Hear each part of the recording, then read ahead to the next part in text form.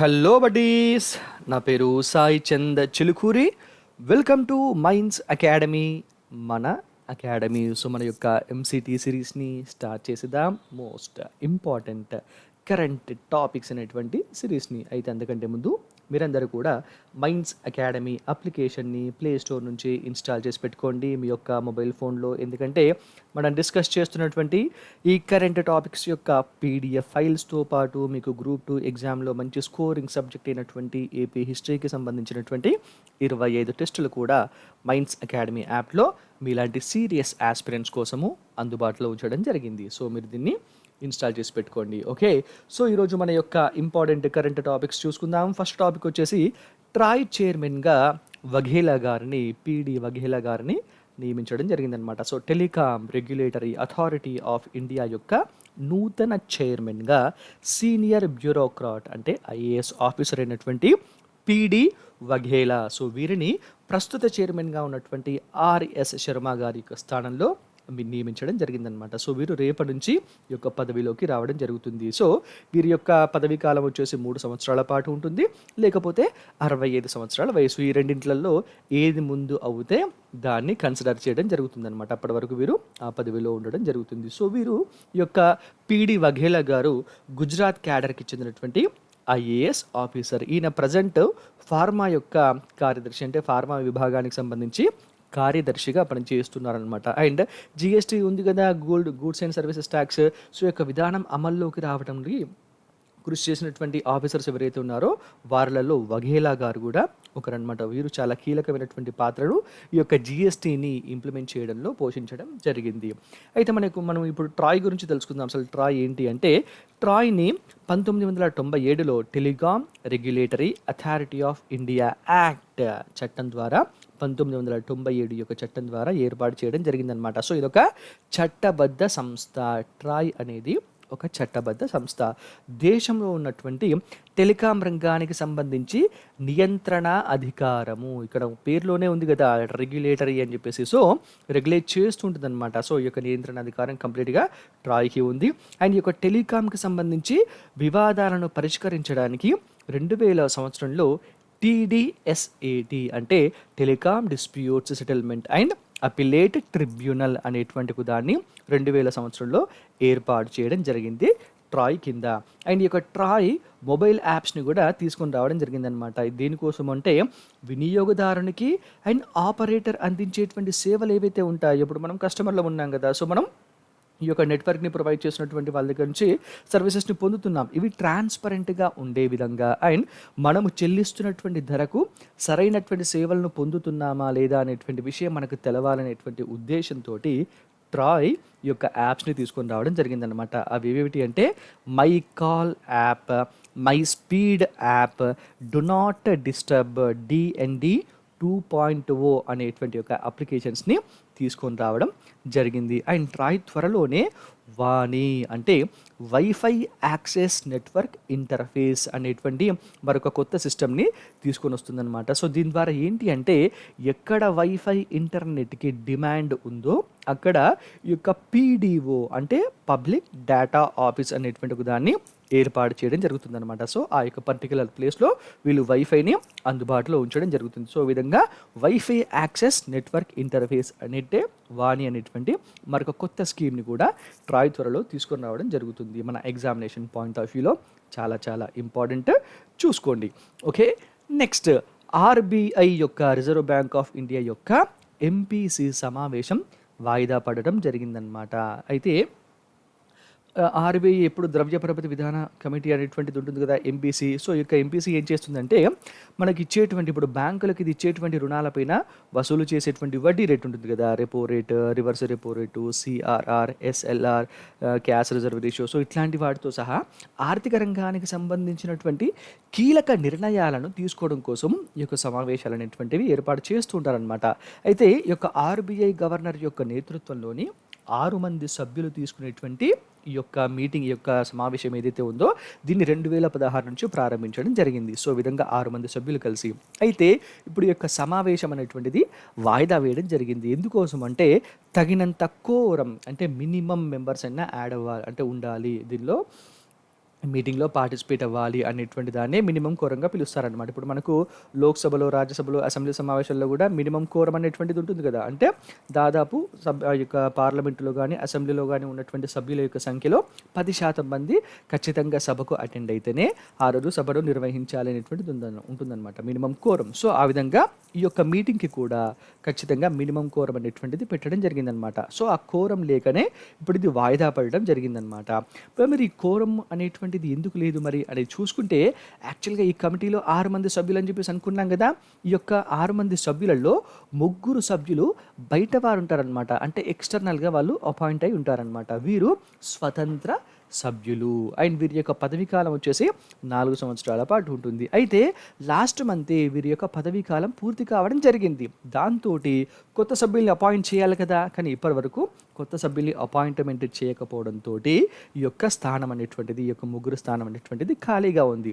So, ఆరుగురిలో ముగ్గురు లేకపోవడంతోటి మీటింగ్‌ని conduct చేయడం అనేటువంటిది కష్టమైందనమాట. ఎందుకోసం అంటే కోరం ఎంతమంది ఉండాలి అంటే మినిమమ్ ఎంతమంది దీనిలో అటెండ్ అవ్వాలి అంటే 4 సభ్యులు. సో, ఇంకొకరు తక్కువ పడుతున్నారు కాబట్టి ఈ యొక్క మీటింగ్ అనేటువంటిది పోస్ట్‌పోన్ వేయడం అనేటువంటిది జరిగింది. మరి పాత వారిని దీనిలో మరి కంటిన్యూ అవ్వమని చెప్పొచ్చు కదా! అంటే యాక్చువల్‌గా ఒక్కసారి వీరి యొక్క పదవీ కాలం పూర్తయిన తర్వాత వారికి మళ్ళీ పునఃనియామకం అనేటువంటిది ఉండదనమాట. సో, అందుకోసం అని చెప్పేసి వీరిని కంటిన్యూ చేయలేదు. ఈ మీటింగ్‌ని పోస్ట్‌పోన్ వేయడం జరిగింది. ఇక్కడ నోటును పెట్టాను చూడండి. అదేంటి అంటే ఈ యొక్క బయట నుండి ముగ్గురు సభ్యులను నియమించడానికి క్యాబినెట్ కార్యదర్శి గారి యొక్క నేతృత్వంలో ఆర్‌బీఐ గవర్నర్ అండ్ ఆర్థిక వ్యవహారాల యొక్క కార్యదర్శి వీరు సభ్యులుగా ఉన్నటువంటి ఒక కమిటీ ఉంటుందన్నమాట. సో, ఈ కమిటీనే ఈ యొక్క ముగ్గురు సభ్యుల్ని బయట నుంచి ముగ్గురు సభ్యుల్ని ఈ యొక్క కమిటీలోకి ఆహ్వానిస్తుంది, నియమిస్తుంది. 4 సంవత్సరాల యొక్క కాల పరిమితి కొరకు. సో, ఇప్పుడు వీరు అతి త్వరలోనే యొక్క ముగ్గురిని అపాయింట్ చేసేటువంటి అవకాశం ఉంది. అపాయింట్మెంట్ అయిన తర్వాత మళ్ళీ మీటింగ్ అనేటువంటిది జరుగుతుందనమాట. ద్రవ్య పరపతి విధానానికి సంబంధించి. ఓకే, మన ఎగ్జామినేషన్ పాయింట్ ఆఫ్ వ్యూలో ఇంపార్టెంట్ చూసుకోండి. అంటే మేబీ ఈ యొక్క ఆర్‌బీఐ గవర్నెన్స్ పైన మన క్వశ్చన్ వస్తే కనుక ఈ విధంగా మనం చూసుకోవాల్సి ఉంటుందన్నమాట. నెక్స్ట్ మనాలి దేశాయ్. ఎవరు ఈ మనాలి దేశాయ్ అంటే 811 సంవత్సరాల యొక్క చరిత్ర ఉన్నటువంటి లండన్‌లోని కేంబ్రిడ్జ్ యూనివర్సిటీలో సోషియాలజీ డిపార్ట్మెంట్‌కి హెచ్ఓడిగా అంటే ఈ యొక్క అధ్యయన పీఠానికి అధిపతిగా తొలిసారిగా మన భారత సంతతికి చెందినటువంటి మహిళ అయినటువంటి మనాలి దేశాయ్ గారిని నియమించడం జరిగిందనమాట. సో, మన ఇండియన్ ఆరిజిన్ అయినటువంటి మనాలి దేశాయ్ గారు కేంబ్రిడ్జ్‌లోని సోషియాలజీ హెచ్ఓడిగా నియమితులు కావడం జరిగింది. ఎగ్జామ్లో మేబీ క్వశ్చన్ వచ్చే అవకాశం ఉంటుంది, చూసుకోండి. ఓకే, నెక్స్ట్ సరిహద్దుల్లో క్షిపణుల యొక్క మోహరింపు అనేటువంటిది జరుగుతుంది. సో, సరిహద్దుల్లో ఇండియాకు చైనాకు మధ్యలో ఉన్నటువంటి బార్డర్లో ప్రస్తుతం ఉన్నటువంటి యొక్క ఉద్రిక్త పరిస్థితుల నేపథ్యంలో భారత్ చైనాలు ఆధునిక ఆయుధ వ్యవస్థల్ని సిద్ధం చేసుకుంటున్నాయన్నమాట. సో, దీంట్లో భాగంగా 2000 కిలోమీటర్ల వరకు లక్ష్యాలను ఛేదించగలటువంటి క్షిపణుల్ని అండ్ భూమి నుండి ఆకాశంలోకి ప్రయోగించేటువంటి క్షిపణుల్ని జిన్జియాంగ్, టిబెట్ ప్రాంతాలలో చైనా మోహరించడం జరిగింది. దీనికి బదులుగా మన ఇండియా ఏమైనా తక్కువదున్నదా? సో, దీనికి బదులుగా ఇండియా ఏం చేస్తుందంటే బ్రహ్మోస్, నిర్భయ్, ఆకాష్ లాంటి క్షిపణుల్ని కూడా మన ఇండియా సిద్ధం చేయడం జరిగింది. సో, దాంతోపాటు హిందూ మహాసముద్రంలోని కార్ నికోబార్ దీవుల్లోని వైమానిక కేంద్రం నుండి కూడా బ్రహ్మోస్, నిర్భయ్ యొక్క మిసైల్స్ని ప్రయోగించి మలక్కా స్ట్రెయిట్ లేకపోతే దాన్ని సుందా అని కూడా అంటారన్నమాట. ఈ యొక్క సుందా స్ట్రెయిట్ నుంచి వచ్చేటువంటి చైనాకు చెందినటువంటి యుద్ధ నౌకల్ని సమర్థవంతంగా ఎదుర్కోవడం కోసము ఈ యొక్క ప్రాంతంలో ఇక్కడ కార్ నికోబార్ దీవుల్లో ఉన్నటువంటి వైమానిక కేంద్రంలో బ్రహ్మోస్ మరియు నిర్భయ్ మిసైల్స్ని కూడా రెడీగా ఉంచడం జరిగిందనమాట మన ఇండియా. మరి ఈ యొక్క మిసైల్స్ ఏంటి, వీటి యొక్క స్పెషాలిటీ ఏంటి అంటే ఫస్ట్ బ్రహ్మోస్ గురించి తెలుసుకుందాం. బ్రహ్మోస్ అనేటువంటిది ఇది ఒక సూపర్ సోనిక్ క్రూయిజ్ మిసైల్. ఇది ధ్వని కంటే 3 రెట్ల వేగంతో ఇది లక్ష్యాన్ని ఛేదిస్తుందన్నమాట. అండ్ ఎంత రేంజ్లో ఉండేటువంటి లక్ష్యాన్ని అంటే 300 కిలోమీటర్ల వరకు ఉన్నటువంటి లక్ష్యాన్ని ఇది ఛేదించగలుగుతుంది. అండ్ ఇది అణువారు హెడ్లను కూడా మోసుకుపోగల సామర్థ్యం అనేటువంటిది బ్రహ్మోస్కి ఉంది. సో, దీన్ని డిఆర్డిఓ, మన ఇండియాకు చెందినటువంటి డిఆర్డిఓ, రష్యాకు చెందినటువంటి ఎన్పిఓఎం, ఇవి రెండు కలిసి జాయింట్గా ఒక వెంచర్గా ఈ యొక్క బ్రహ్మోస్ని రూపొందించడం జరిగిందనమాట. సో దీనికి ఇరు దేశాల్లో ఉన్నటువంటి నదుల పేర్లు, మన ఇండియాలో ఉన్నటువంటి బ్రహ్మపుత్ర నది అండ్ మన రష్యాలో ఉన్నటువంటి మాస్క్వా అనేటువంటి ఈ యొక్క 2 నదుల పేరు మీదుగా దీనికి బ్రహ్మోస్ అనేటువంటి పేరు పెట్టారనమాట. సో దీనికి ఈ విధంగా పేరు పెట్టిన తర్వాత ఇది ఏంటి అంటే మెయిన్గా ఆకాశం నుంచి ఆకాశంలోకి అండ్ ఆకాశం నుంచి భూమిపైన ఉన్నటువంటి లక్ష్యాలని కూడా ఇది ఛేదించగల సామర్థ్యము ఈ యొక్క బ్రహ్మోస్ మిసైల్కి ఉండడం జరిగింది. ఇది super sonic cruise missile. Okay, next Nirbhay ఏంటంటే దీన్ని కూడా డిఆర్డిఓ, మన ఇండియాకి చెందినటువంటి డిఆర్డిఓ డెవలప్ చేయడం జరిగింది. ఇది అన్ని కాలాల్లోనూ, ఏ సీజన్ అయినా సరే అన్ని కాలాల్లో అన్ని ప్రదేశాల్లో కూడా ప్రయోగించగలటువంటి సామర్థ్యము ఉన్నటువంటిది సబ్సోనిక్ క్రూయిజ్ మిసైలే ఈ యొక్క నిర్భయ్ అనమాట. ఇది దాదాపు 300 కేజీల వరకు న్యూక్లియర్ వార్ హెడ్లను కూడా మోసుకెళ్ళేటువంటి సామర్థ్యము ఈ యొక్క క్షిపణికి ఉందన్నమాట. దీని రేంజ్ ఎంత అంటే దాదాపు 1000 కిలోమీటర్ల దూరంలో ఉన్నటువంటి లక్ష్యాలని కూడా ఇది ఛేదించగలుగుతుందనమాట. ఇదే నిర్భయ్. ఓకే, ఇక్కడ పక్కన ఇచ్చాను చూడండి, ఇది Nirbhay. Next Akash. So DRDO, దీన్ని కూడా డిఆర్డిఓని డెవలప్ చేయడం జరిగింది. ఈ యొక్క ఆకాశ్ మిసైల్ భూమి నుండి ఆకాశంలోని లక్ష్యాలను ఇది ఛేదించగలుగుతుందన్నమాట. దీని యొక్క రేంజ్ వచ్చేసేసి 20 కిలోమీటర్స్ కాగా ఇది 60 కేజీల వరకు వార్ హెడ్స్ని మోసుకెళ్ళగలుగుతుంది. దీని యొక్క స్పెషాలిటీ ఏంటంటే ఈ యొక్క ఆకాశ మిసైల్లో ఉన్నటువంటి రాడార్ అయినటువంటి దాని పేరు రాజేంద్ర. ఎగ్జామినేషన్ పాయింట్ ఆఫ్ వ్యూలో చాలా చాలా ఇంపార్టెంట్. రాజేంద్ర అనేటువంటి యొక్క రాడారు ఏకకాలంలో ఒకటేసారి దాదాపుగా 64 లక్ష్యాలని గుర్తించి అందులో 12 లక్ష్యాల పైన దాడి చేసేటువంటి కెపాసిటీ ఈ యొక్క రాజేంద్రకు ఉందన్నమాట. సో ఈ యొక్క ఆకాశంలో ఉన్నటువంటి రాడార్ అయినటువంటి రాజేంద్రకు అండ్ ఆకాశంలోని శత్రు దేశాల యొక్క యుద్ధ విమానాలు, క్రూయిజ్ మిసైల్స్, బాలిస్టిక్ మిసైల్స్ వీటన్నిటిని కూడా కూల్చివేసేటువంటి సామర్థ్యము మన యొక్క ఆకాశ్ మిసైల్కి ఉంది. ఇదే ఆ యొక్క ఆకాశ్ మిసైల్. మన ఎగ్జామినేషన్ పాయింట్ ఆఫ్ వ్యూలో చాలా చాలా ఇంపార్టెంట్. ఈ యొక్క మిసైల్స్ పైన నేను సపరేట్గా వీడియో చేస్తాను. ఓకే, నెక్స్ట్ అయితే ఇక్కడ నోట్ అని పెట్టాను చూడండి. అదేంటి అంటే మన రక్షణ శాఖకు చెందినటువంటి అత్యున్నత నిర్ణయాత్మక మండలి అయిన డిఫెన్స్ అక్విజిషన్ కౌన్సిల్ ఇది ఈ త్రివిధ దళాల కోసము దాదాపు 2290 కోట్ల విలువైనటువంటి ఆయుధాలను కొనుగోలు చేయడానికి ఆమోదం అనేటువంటిది తెలపడం జరిగిందనమాట. సో దీనిలో మన ఇండియన్ ఆర్మీ కోసము అమెరికా నుంచి తీసుకుంటున్నటువంటి SIG సావర్ తుపాకులు and navy, Indian air force కోసము స్మార్ట్ ఎయిర్ ఫీల్డ్ వెపన్స్ వీటిని కొనుగోలు చేయాలని చెప్పేసి నిర్ణయం తీసుకోవడం జరిగింది. అండ్ ఆత్మనిర్భర్ భారత్లో భాగంగా DPA డిఫెన్స్ అక్విజిషన్ ప్రొసీజర్ను కూడా రాజ్నాథ్ సింగ్, మన రక్షణ శాఖ మంత్రి అయినటువంటి రాజ్నాథ్ సింగ్ గారు ఆవిష్కరించడం జరిగిందనమాట. దీని ప్రకారము డిఫెన్స్ కొనుగోళ్లకు సంబంధించి భారత్లో ఉత్పత్తి చేసేటువంటి సంస్థలు ఏవైతే ఉన్నాయో సో వాటికి ప్రాధాన్యాన్ని ఇవ్వాలని చెప్పేసి చూస్తున్నారనమాట. అండ్ ప్రభుత్వ రంగ సంస్థలైనటువంటి DRDO, DPSU వీటికి ఫస్ట్ ప్రయారిటీ అనేటువంటిది ఇస్తారనమాట. సో మేక్ ఇన్ ఇండియా, స్వయం సమృద్ధి ఇండియా, ఆత్మనిర్భర్ భారత్ అనేటువంటి దానికి ప్రయారిటీ ఇవ్వడం అనేటువంటిది జరుగుతుంది ఈ యొక్క DPA డిఫెన్స్ అక్విజిషన్ ప్రొసీజర్లో భాగంగా. ఓకే, మన ఎగ్జామినేషన్ పాయింట్ ఆఫ్ వ్యూలో చాలా చాలా ఇంపార్టెంట్, చూసుకోండి. నెక్స్ట్ భారత్ డెన్మార్క్ యొక్క సమ్మిట్ అనేటువంటిది జరిగిందనమాట. ఏ విధంగా అంటే వర్చువల్గా. సో కోవిడ్ కారణంగా వర్చువల్గా జరిగినటువంటి భారత్ డెన్మార్క్ యొక్క ద్వైపాక్షిక సమావేశంలో మన ప్రధానమంత్రి మోడీ గారు, డెన్మార్క్ ప్రధాని అయినటువంటి మెట్ ఫ్రెడరిక్సన్, సో వీరిద్దరు కూడా పాల్గొనడం జరిగిందనమాట. సో ఈ యొక్క మీటింగ్లో మోడీ గారు మాట్లాడుతూ కోవిడ్ వల్ల గ్లోబల్ సప్లై చైన్ ఒకే ఒక్క వనరుపై ఆధారపడటం ఎంత ప్రమాదమో తెలియజెప్పింది ఈ కోవిడ్ అనేటువంటిది అని మోడీ గారు చెప్పారనమాట. సో గ్లోబల్గా ఉన్నటువంటి ఈ యొక్క సప్లై చైన్ కేవలం ఒకే ఒక్క వనరు అని ఇక్కడ మెన్షన్ చేశారు. యాక్చువల్గా ఒకే ఒక్క దేశం అని కూడా మళ్ళీ అన్నారనమాట. ఒకే ఒక్క దేశం పైన డిపెండ్ కావడము చాలా డేంజర్ అనేటువంటి విషయం ఈ కరోనా వల్ల మనందరికీ తెలిసింది. సో ఇందుకోసము సప్లై చైన్ని ఒకే దేశానికి బదులు అనేక దేశాలకు విస్తరించాలని. ఇందుకోసము మన ఇండియా, మా భారతదేశము జపాన్, ఆస్ట్రేలియా లాంటి భావ స్వారూప్యం ఉన్నటువంటి దేశాలతోటి జత కట్టింది అని చెప్పేసి మోడీ గారు చెప్పడం జరిగింది. సో ఈ విధంగా మీరు కూడా మాతోటి జత కట్టాలి అని చెప్పేసి మోడీ గారు చెప్పారనమాట. అండ్ ఇప్పుడు మన యొక్క ఇండియాకి డెన్మార్క్ మధ్యలో ఉన్నటువంటి ఈ యొక్క వాణిజ్య సంబంధాలు చూసుకుంటే భారత డెన్మార్క్ యొక్క ద్వైపాక్షిక వాణిజ్యము 2016-19 మధ్య కాలంలో $2.82 బిలియన్ నుంచి $3.68 బిలియన్ అంటే ఆల్మోస్ట్ 30% గ్రోత్ అనేటువంటిది ఉండడం జరిగింది.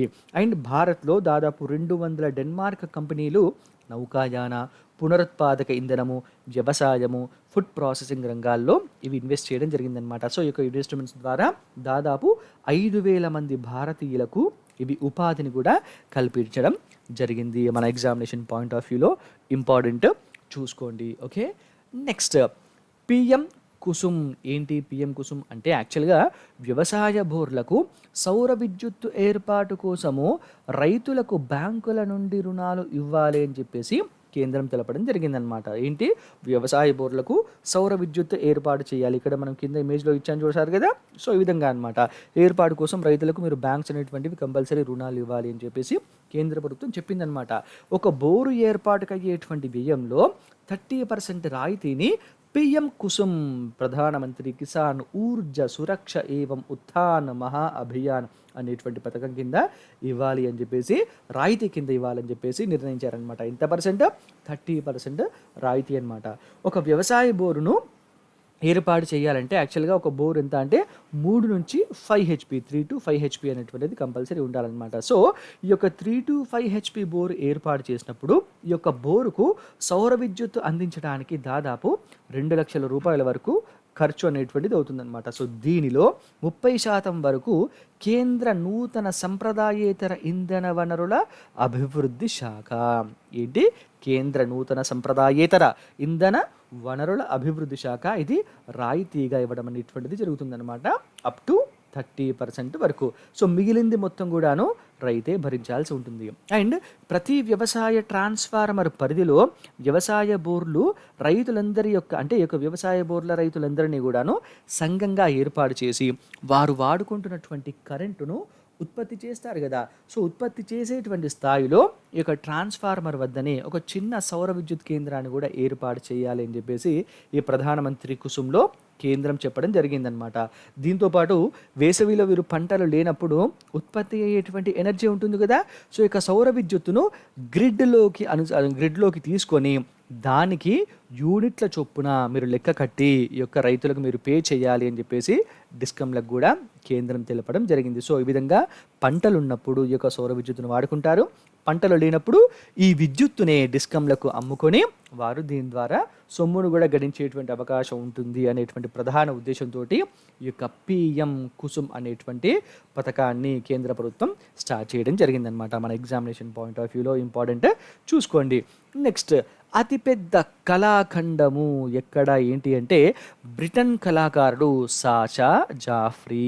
ఈ యొక్క సాచా జాఫ్రీ గారు మానవత్వ ప్రయాణము, హ్యూమానిటీ ఇన్స్పైర్డ్ అనేటువంటి పేరుతోటి దుబాయ్లోని ద అట్లాంటిస్ హోటల్లో దాదాపు 2,000 మంది అతిథులు పట్టేటువంటి స్థలంలో ఒక పెద్ద చిత్రాన్ని, భారీ చిత్రాన్ని పెయింట్ చేయడం, గీయడం అనేటువంటిది జరిగిందనమాట. దాదాపు 1800 చదరపు మీటర్ల విస్తీర్ణం ఉన్నటువంటి ఈ పెయింటింగ్ ప్రపంచంలోనే అతిపెద్ద పెయింటింగ్గా ఉంది అని చెప్పేసి చెప్తున్నారనమాట సాచా జాఫ్రీ గారు. సో దీన్ని ఒక 60 పార్ట్స్, ఒక 60 భాగాల కింద విభజించి ఒక 200 అంటే దీన్ని విభజించి అమ్మి ఒక 220 కోట్ల రూపాయలను సమీకరించాలి అని చెప్పేసి వీరు టార్గెట్గా పెట్టుకున్నారనమాట.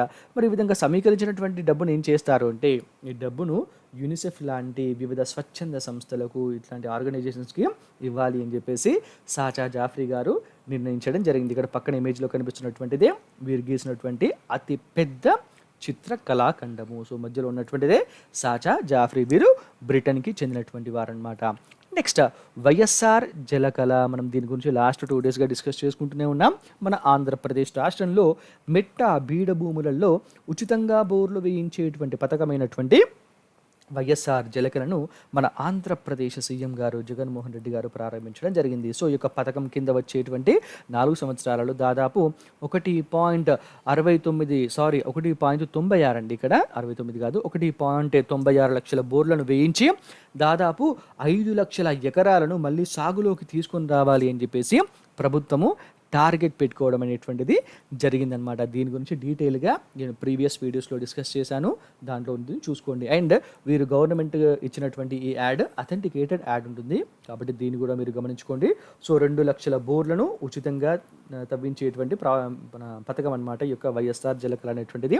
దీనికి దాదాపు 2,340 కోట్ల రూపాయలతోటి ఖర్చు పెడుతున్నారు. సో ఈ యొక్క ఖర్చు ద్వారా 2 లక్షల బోర్లు తవ్వించాలి అనేటువంటిది ప్లాన్ చేసుకున్నారు. దీని ద్వారా 5 లక్షల ఎకరాల వ్యవసాయ భూమి మళ్ళీ తిరిగి సాగులోకి తీసుకురావాలి అని చెప్పేసి ప్లాన్ చేయడం జరిగింది. మన ఎగ్జామినేషన్ పాయింట్ ఆఫ్ వ్యూలో చాలా చాలా ఇంపార్టెంట్ అండ్ చాలా మంచి పథకాన్ని ఏపీ గవర్నమెంట్ తీసుకురావడం జరిగింది. ఖచ్చితంగా దీన్ని మనం అభినందించాలి. ఓకే, సో ఇది ఈ రోజుకి చెందినటువంటి most important current topics. So దీని యొక్క పీడిఎఫ్ ఫైల్స్ మీకు కావాలి అనుకుంటే మీరు మైండ్స్ అకాడమీ యాప్ని ప్లే స్టోర్ నుంచి ఇన్స్టాల్ చేసి పెట్టుకోండి. దాంతోపాటు మైండ్స్ అకాడమీకి చెందినటువంటి టెలిగ్రామ్ ఛానల్ కూడా ఉందన్నమాట. టెలిగ్రామ్ ఛానల్ గ్రూప్, సో దానిలో మీరు మెంబర్ అవ్వండి.